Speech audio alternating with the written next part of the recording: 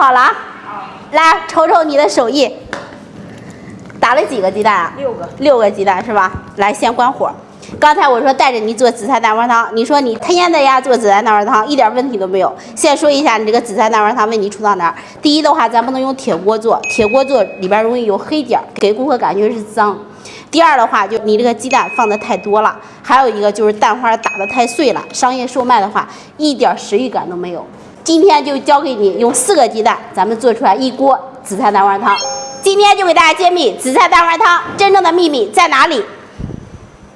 咱们商业做紫菜蛋花汤一定要用这种不锈钢的锅去做，这样的锅做出来汤非常的干净。如果铁锅的做出来的话，容易起黑点。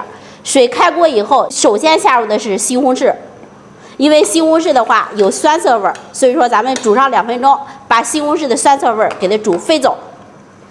趁着煮西红柿的时间，咱们打入隔壁老王家的4个公鸡蛋，鸡蛋一定要充分的打散打透，这样的做出来的蛋花汤，挑的蛋花漂亮。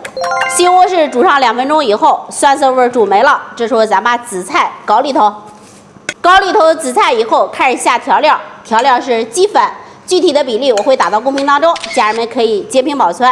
先把鸡粉的香味趁着开锅的时间给它煮出来。鸡粉的香味煮出来以后，再把味精搞里头，食用盐搞里头。咱这个紫菜蛋花汤不放胡椒粉，要的是紫菜蛋花汤原汁原味的香味儿。如果大家喜欢吃胡椒粉的话，可以放入少量的胡椒粉，一定不能多放，多放的话胡椒味儿太冲了，没有蛋花汤的香气了。放完调料以后再放水淀粉，咱这个水淀粉用的是马铃薯淀粉，就是生粉。如果你要是先放了水淀粉以后再去放调料，这个调料容易结疙瘩。